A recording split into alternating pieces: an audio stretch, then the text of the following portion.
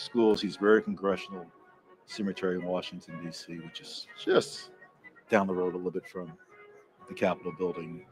Again, we're looking at the rotunda. This is the west side of the Capitol, these Revolutionary War paintings that we just seen at the base. Again, the buildup continues.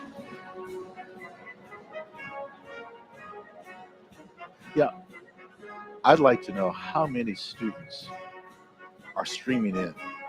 You know, we were younger, inaugurations, you went to school that day. You went to Yes. school that day, and then you knew it happened. But now, with everything that's available to people, students now in their classroom are able to stream. Perhaps they're streaming our YouTube feed now.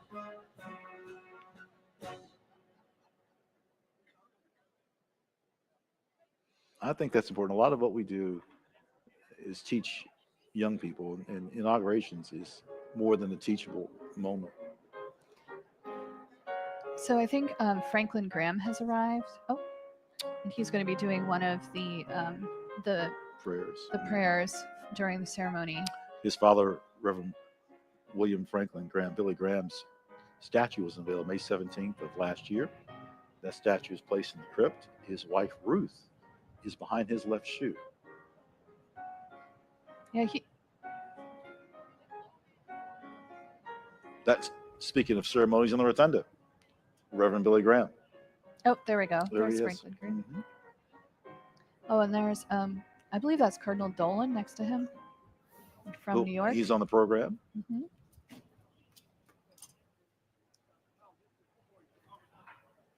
I was sort of hoping he would wear some of his vestments. Yeah. Reverend Billy But- Graham. I remember, speaking of weather, it happened in February of a few years ago when Reverend William Franklin Graham, who lay in the state. You know, there was a family member that greeted everyone that came in the rotunda. That's right. You remember that? There was a family member, and I can't remember if it was an overnight visual or not. But not that one. it went out that, but it was lengthy. There was, Mhm. I can't remember, but I recall a family member greeted everyone that entered the rotunda, and then again, just May of last year, his statue. Now we're happy that even though we've moved it inside, and so there aren't as many people outside watching, we do have about 100,000 people watching this live stream today. So yeah, I noticed at the beginning 2.2 million people had signed up, or at least were on it. They were waiting at I don't know, 8:45, 8:50, but 100,000 and more coming. Let's be honest. We have a lengthy broadcast, and again, we're really just getting started. JASIC just isn't honoring the oath of office beyond that. We have so much to show you. yes, and hopefully members of the Joint Committee are going to arrive soon, and members of the Joint Committee are arriving. That means we're really getting close to the start of the ceremony. And this is them arriving now. Mr. Speaker, good morning. How do you feel this morning? It's exciting. Bright, sunny outside. Right in our heart. Oh, we just heard the speaker. A lot. We'll see. Thank you. Speaker Mike Johnson from Louisiana.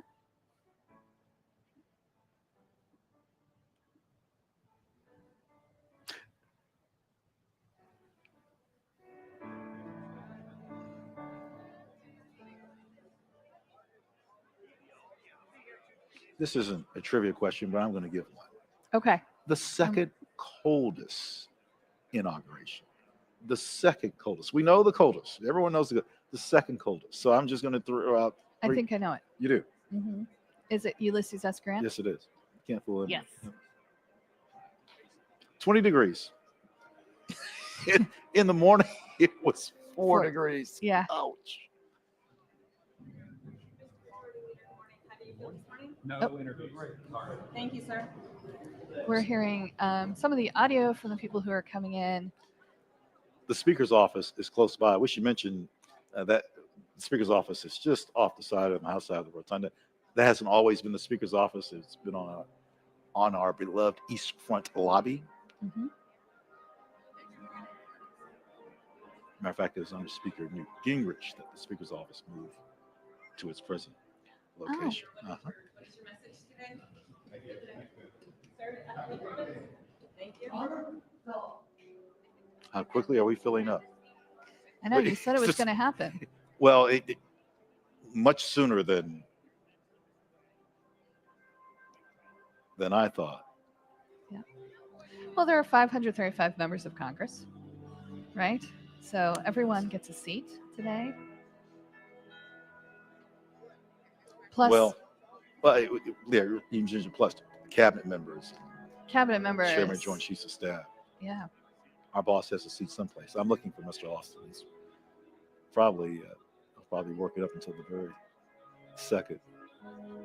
And the delegates from the territories and District of Columbia. I think we mentioned Mayor Muriel Bowser and the governors and all sorts of people coming here today. The statue to the right that's in marble is President Abraham Lincoln. To the left, will be President Ulysses S. Grant. And then to the left of that, the bronze statue, Harry S. Truman. That particular statue of President Abraham Lincoln dates back to 1870, sculpted by a woman. The first woman to sculpt a statue for the Capitol, Vinnie Ream. She was a teenager when she got this job. It's just amazing. Madison, Wisconsin. Yeah. She was able to do such a lovely piece of art. And then the Ulysses S. Grant statue was a gift, but not from a state this time. Mm-hmm. Right. That again, it's rather strange. Every state must give 2 statues, but some statues are gifts, like Thomas Jefferson, and then some are commissioned by Congress. Senator McConnell is talking to. Let's see, get close here. Ladies and gentlemen, the members of the United States Senate, led by Majority Leader, the Honorable John Thune, Majority Whip, the Honorable John Barrasso, and Democratic Whip, the Honorable Dick Durbin. Senate leadership has arrived, led by Senator John Thune, Senator Barrasso from Wyoming, Senator Dick Durbin from Illinois.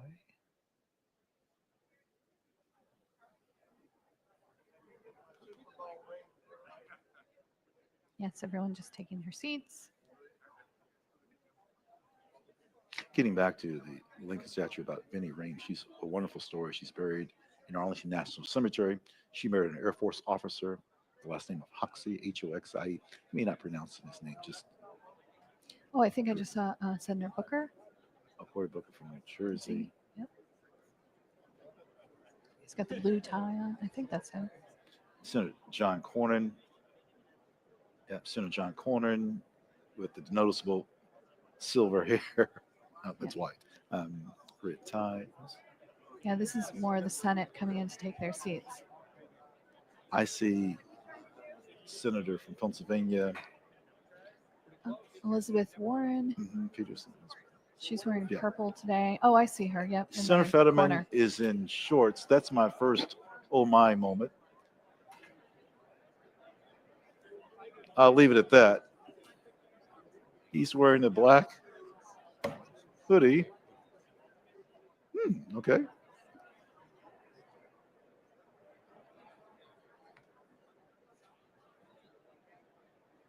Everyone's filling in. I think I Senator see- Cruz. Yep. Ted Cruz.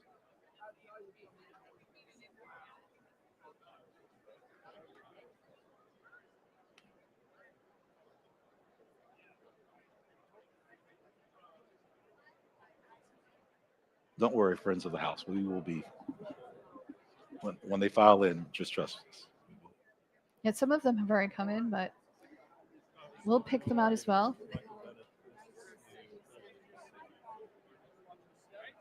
That's hardly 40 years. Good morning. President Reagan at his inauguration. Mm-hmm.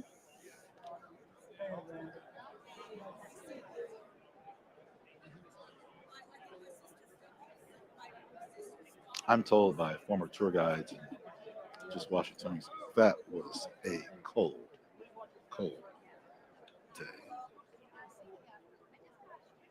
Senator, right this way, please. Sorry. Focus.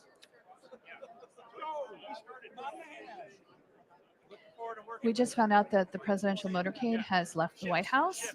So they finished their tea, and they're going to be arriving in just a few minutes. Of course, we're going to speed down Pennsylvania Avenue because they've got a motorcade and come right over to us. They're not taking a horse like President William Henry Harrison. No, no, they are not. The horse's name was Old Whitey. President William Henry Harrison in 1841 rode a horse without a coat and hat. And we'll talk about the words a little later, but gave his address and went back to the White House. And I think we know what happened after that. Well, I've this year the chair of JSIC of the Joint Committee on Congressional Inaugural Cemetery. Oh my goodness, ceremonies! I told you it was a tongue twister. You did. Anyway, Senator Amy Klobuchar, she is going to be escorting the motorcade in. So, like we said, when the members of JSIC arrive, that is when all of this starts.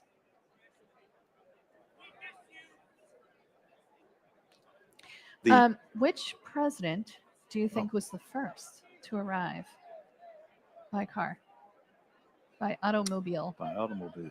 Mm-hmm.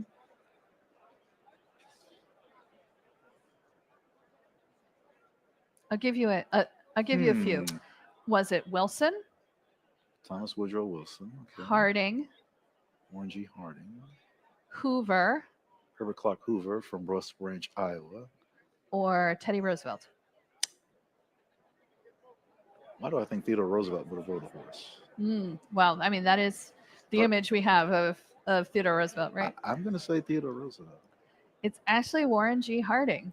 Warren G. Harding. 1921. It's the first president to ride to the ceremony in an automobile. He should have taken a horse. Would have been faster. You would have. Well, I don't know what kind of car he had. I just know he came to the car. And as we're watching this, trying to pick out some more people to talk about so that we can tell you who we're seeing here.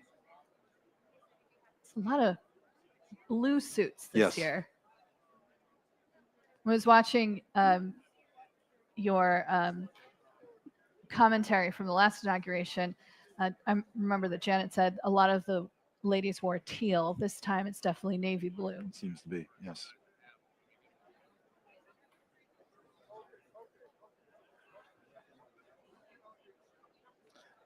See the open seats.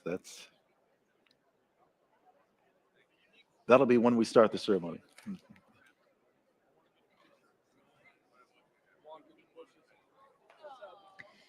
We're waiting. We're just waiting for the presidential inaugural arrival. And as soon as they show up, we are going to show you some footage of that. We'll go right to that camera. It looks like they're coming down. There we go. Looks like there they are. They're coming down Pennsylvania Avenue right now.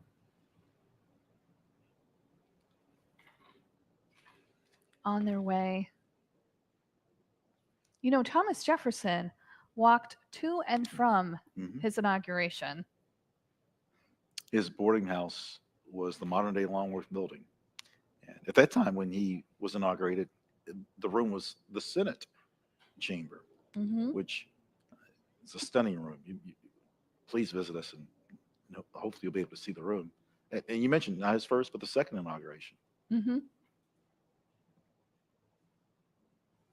He said in one of his inaugural speeches, I believe it's the second, a difference in opinion does not necessarily make a difference in principle. And so, in translation, that we can disagree, but the principles, those are the fighting points. It's very much the way it is today. You know, we've been talking a lot about the weather, of course, but at the beginning, the oath of office ceremony was always indoors. Mhm. And then I think it's James Monroe who's the first to take Make it the oath outside. right. outside. Here's another thing I was thinking of. I remember reading, we're talking about Reagan's ceremony in the Rotunda. That happened on the Monday, the 5th, Mhm. because the 4th was Fourth a is Sunday. Sunday. And I'm sorry, I'm going back and forth. They used to be in March, and now they're in 20th January. Amendment. So yes. it's on the 21st of January. And, not only was that Sunday the 20th, but it was also Super Bowl Sunday. Super Bowl Sunday. Yep. So, Emily, there's an image. There's an image of Emancipation Hall we want you to see. And friends, Emily and I, we've seen a lot of ceremonies in this room. And this is where, again, the rotunda can only hold so many people. So you have others. I shouldn't say that's not a polite word to use, others, but those that were not able to make the rotunda are going to this, our relatively new visitor center. I shouldn't say relatively new. 2008 when it's opened. And so this is another staging area. It's another view of the presidential there we motorcade. go. Presidential motorcade arriving.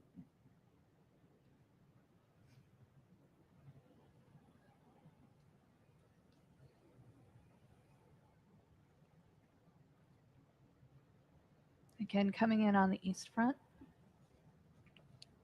What a scene at Emancipation Hall. That was, There's so many people. if I'm not mistaken, there's about 12,000 to 14,000 seats there. So I'm sure there's more than that around. Oh, there's a presidential seal on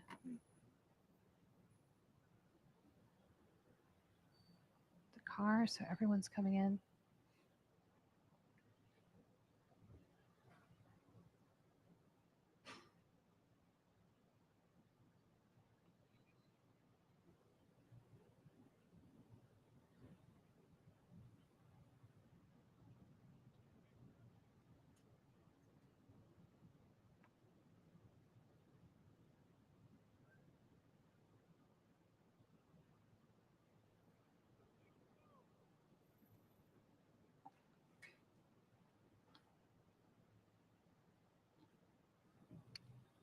Expect the ceremonies to start. More music about 11 o'clock Eastern Daylight Saving Time. Again, this is the 60th inauguration ceremony. We are under the wonderful guidance and assistance of the Joint Congressional Committee on Inaugural Ceremonies, known as JCIC. We await the 47th presidential-elect Donald J. Trump, the 50th presidential-elect J.D. Vance.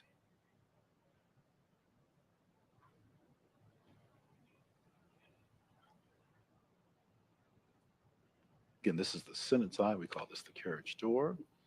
Right, and as we watch the presidential motorcade arriving, we're going to be listening to Lee Greenwood sing in the rotunda.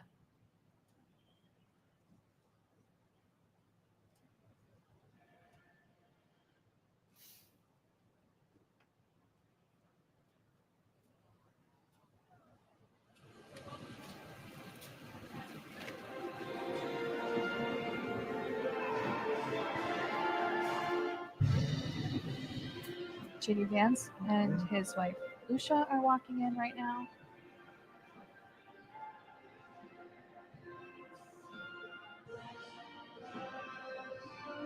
Well, let's.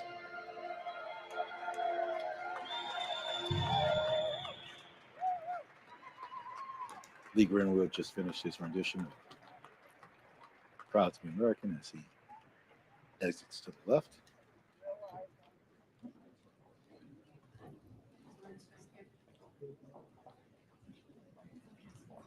Good morning, sir. How are you this morning? Good morning. Oh, that sounds like President-elect Trump. Mhm. President Biden? Yeah, you can hear President Biden's voice in the background.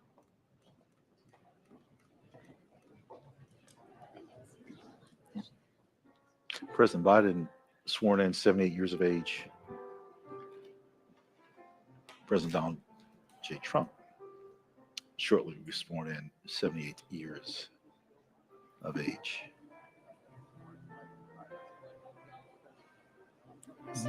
God bless America. Mm-hmm. Catherine Lee Bates. Is it Falmouth or Falmouth, Massachusetts? Oh, Falmouth. Falmouth. Yes. Falmouth. Thank you. I was wondering where you're going with that one. Oh, sounds like the vice president's arriving. I really would like to hear the rendition of God Bless America. The space was traveling to Colorado to lecture, specifically Colorado Springs, where I was spending some time last October. And so moved that she penciled a poem and then transformed it into a song.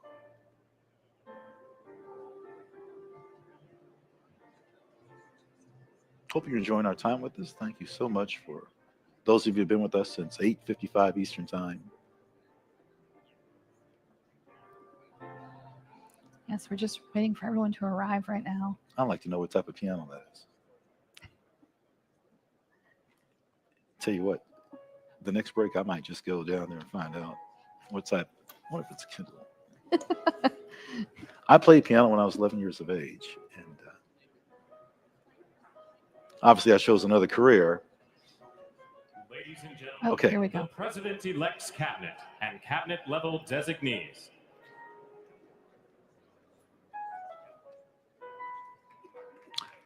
President-elect Donald J. Trump's cabinet and designees approaching.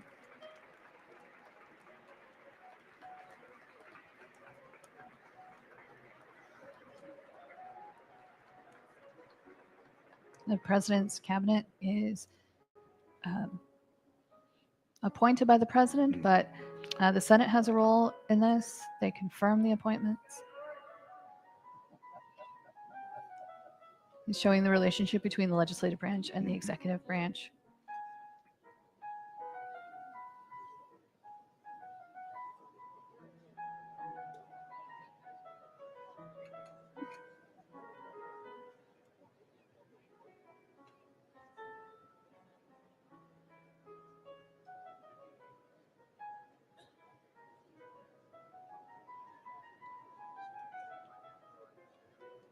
Once they file in, Emily, this reminds us on tour, you're getting people assembled Right. between two statues. It is Face sort of me, similar. anticipating the diplomatic corps to be introduced very shortly. Nice to see that sky blue colored dress. Infantry blue, as we would say in some parts of the military.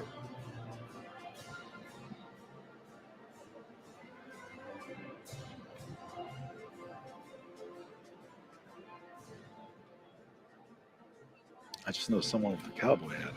Okay, I missed that person. You know, the members of the House of Representatives wore hats until about the 1830s, and the Senate took off their hats in the 1840s. That was a big deal. You used to wear your hat inside all the time in the 1830s. House said, okay, let's not do that, and the Senate continued to the 1840s. Thus, one of the many differences.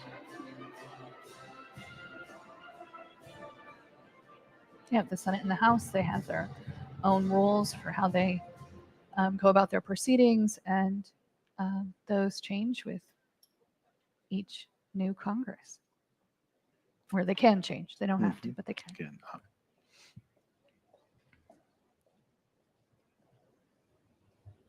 when the music's docile, that tells us what? Someone's Something's coming. Right. We're waiting for that curtain to open.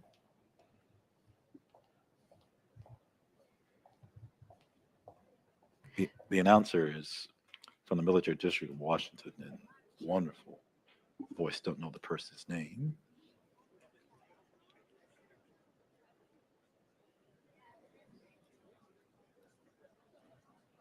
Now they're coming through what we would call the west door of the Capitol building. So even though we're not on the west front, we are on the west side of the rotunda for the ceremonies.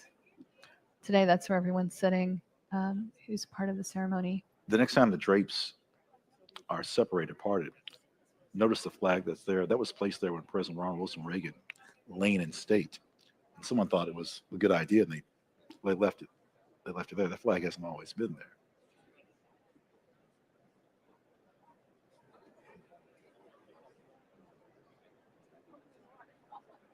It's one of those things that, oh, here we go. Someone's called the room to attention.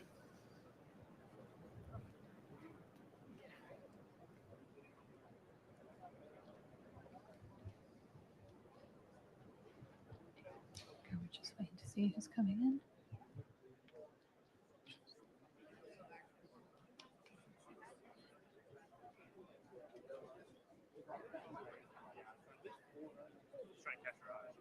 Well, Mark Zuckerberg and Jeff Bezos.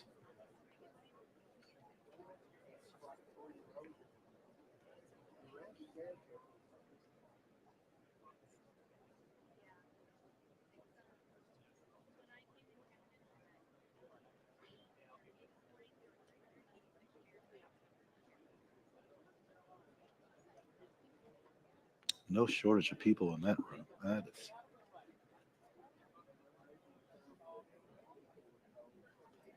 I think President Reagan, we had, I believe it was about 900 people approximately. Yes. Yeah, but that was standing room only. So It won't be yeah. 900. No. Not today. Well, I was going to say, before we were called to attention, Right. was that one of the iconic pictures is of people coming into the rotundas. They want their picture in front of that American flag as they come on in and fill in the space and go on tour. The Capitol building used to be the biggest building in Washington, D.C. And so it was always hosting events. And you can see in this photo or in this video how you could have a really large ceremony inside in the rotunda specifically. 96-foot diameter of the rotunda, 108 windows. Oh, for 180. Well, it's 360 degrees in a circle. So. And one of the facts we always tell the kids is if you took the Statue of Liberty off her pedestal, Please don't do that. Please don't do that. But if you did, you could fit her inside the Capitol Rotunda, and she'd still have almost 30 feet to spare. So Tim Cook has just come in.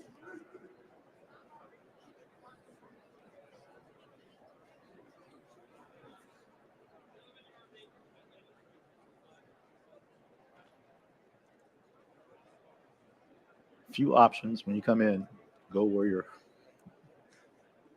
assigned. Yeah, please follow your tour guide. Please follow your tour guide. Where have we heard that? Yep.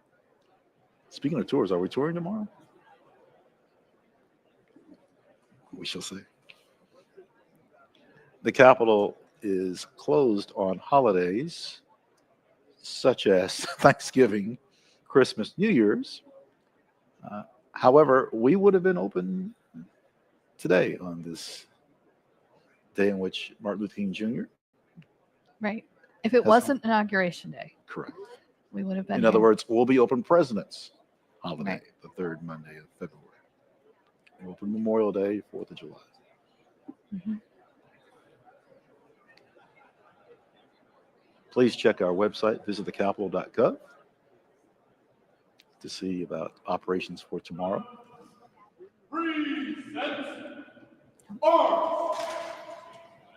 That's the sound of those rifles.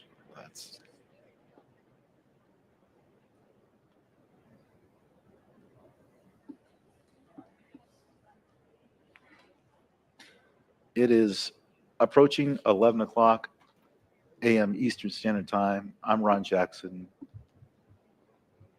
Emily Rolo is with us. We are happy to present on behalf of JASIC the 60th inauguration. President-elect Donald J. Trump will be sworn in by Chief Justice John Roberts shortly. When I say shortly, in about another 45 minutes. And Associate Justice Brett Kavanaugh will swear in Vice President-elect J.D. Vance. Between that time, a lot to observe, including the announcement of the Supreme Court justices.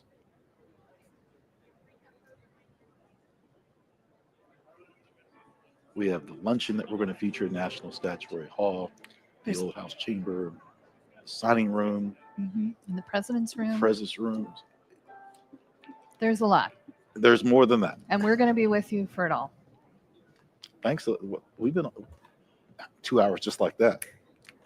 Flew by. 2 hours. Have you ever given a tour 2 hours? Yes. My goodness. Yes. There's Have you, Ron? I think you have. oh, so get me started. I might do it after this broadcast. I'm feeling motivated. We're looking out. This is this is a view that we get to see a lot. Yes. On the right-hand side is the Library of Congress, biggest library in the world.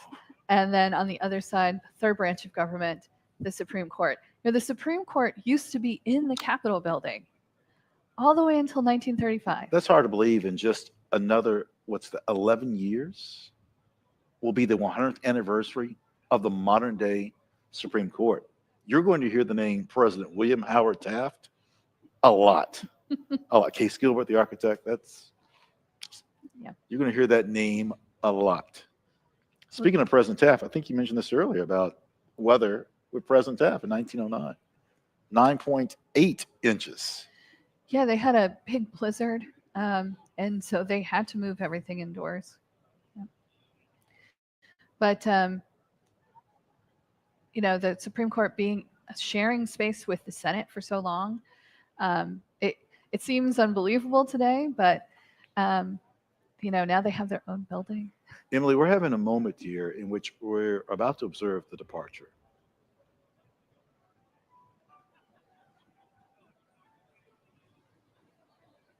Ah, yes.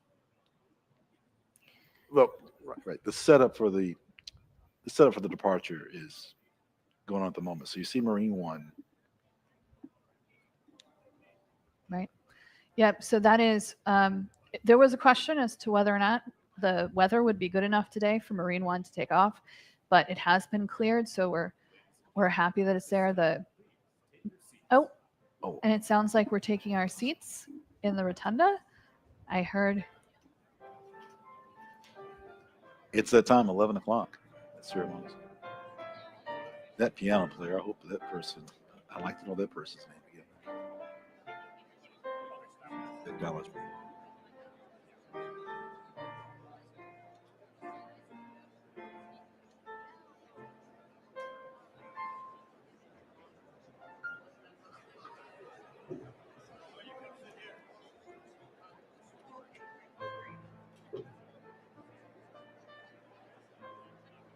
Beginning to see people, they were going around shaking hands, talking to people.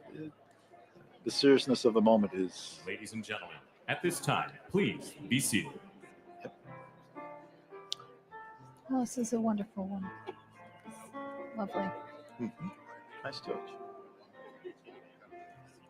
We're going to preview some of the things we're going to see in just a few minutes. And of course, they'll come up on your screen, but we're looking forward to having a call to order by Amy Klobuchar, who, like we said, is the head of JASIC, the Joint Committee. Also, invocation by Cardinal Dolan and Franklin Graham. I'm excited to hear a little opera. An opera singer from New York named Christopher Macchio. He is going to be singing later. Tenor, yes. It was, speaking of opera singers, it was Jesse Norman in 1985.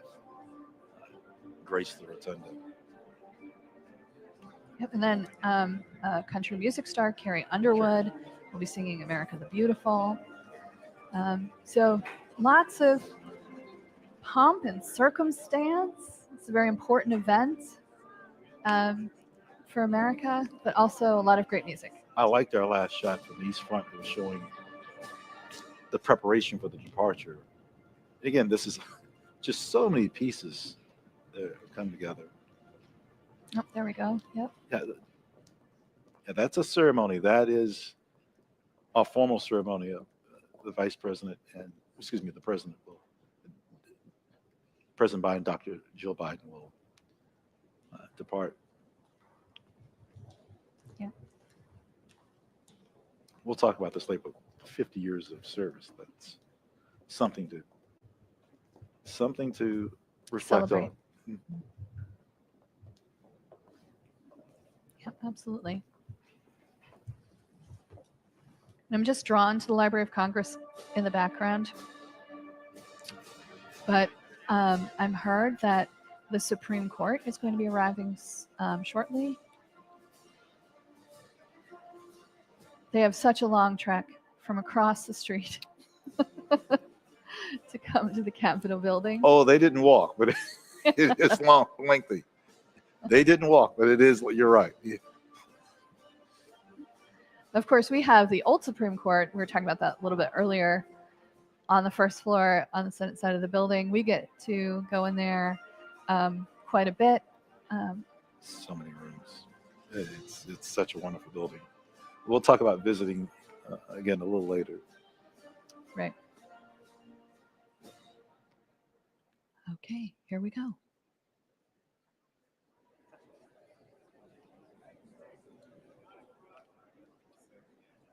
So next should be the Supreme Court justices. Emily, the painting to our left, Saratoga, New York. The painting to the right, Yorktown, Virginia. Yes. We'll get to those a little later on. But just for those who are wondering, who on earth was in the red coat? General John Burgoyne. Who was in the red coat on the right? General O'Hare. We will get to those paintings a little bit. We look forward to the judiciary branch making an appearance inside the rotunda. Yep. Again, this room dates back to 1824. That's all three branches of government here today. The legislative branch is hosting, but the executive branch, the judicial branch. We have volunteers that work with us that are here today. So everyone contributing. And you, those of you that are watching our YouTube broadcast, thank you for your patience.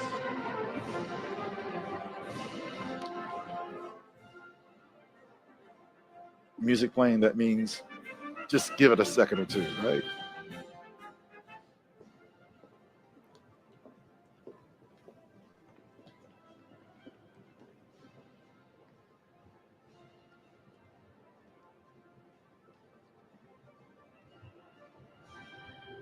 It's hard to believe just 3 weeks ago, Russell Carter, laying in state. Right. Very different ceremony, a very solemn affair. And thousands of people came to give their condolences.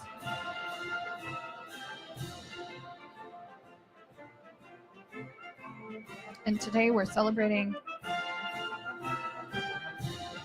our government. Yes. What we're supposed to do as a democracy. Well stated. Well stated.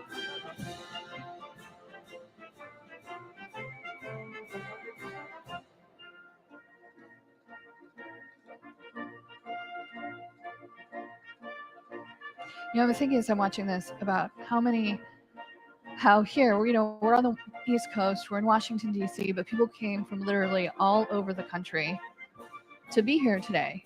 World. In Right. some cases, the world, right? And that people from all around the world are watching this, of course, but that, Congress at its core, it's supposed to represent the people. That's in the preamble of the Constitution, we the people. And so here we have people from every corner of our country coming together.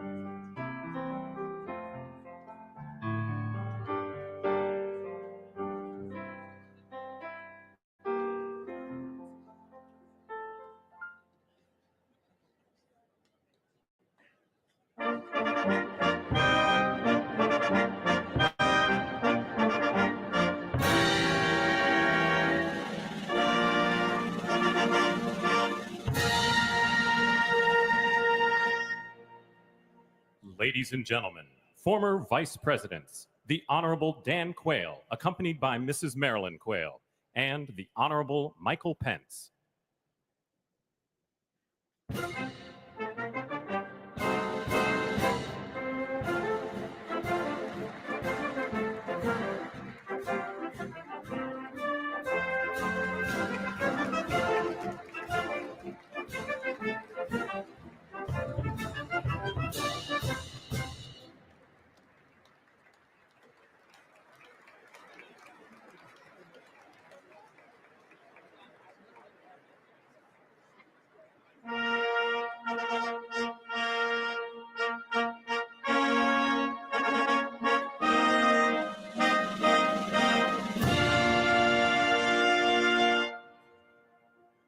Ladies and gentlemen, the 42nd President of the United States, the Honorable William J. Clinton, accompanied by the Honorable Hillary Rodham Clinton.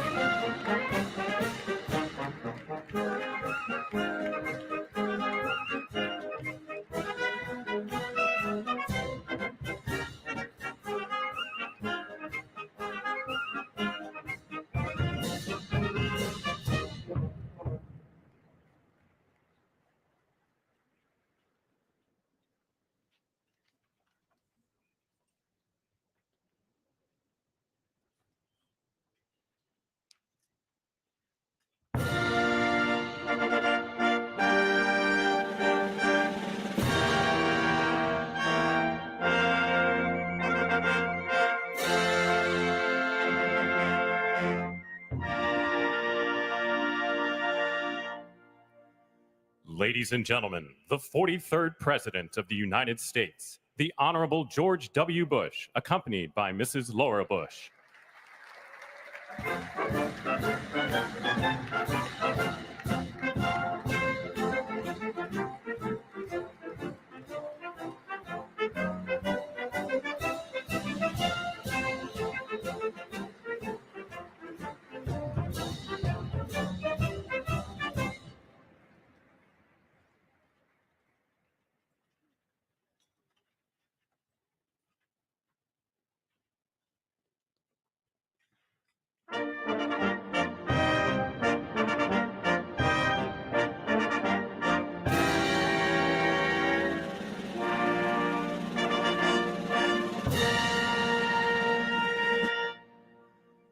Ladies and gentlemen, the 44th President of the United States, the Honorable Barack H. Obama.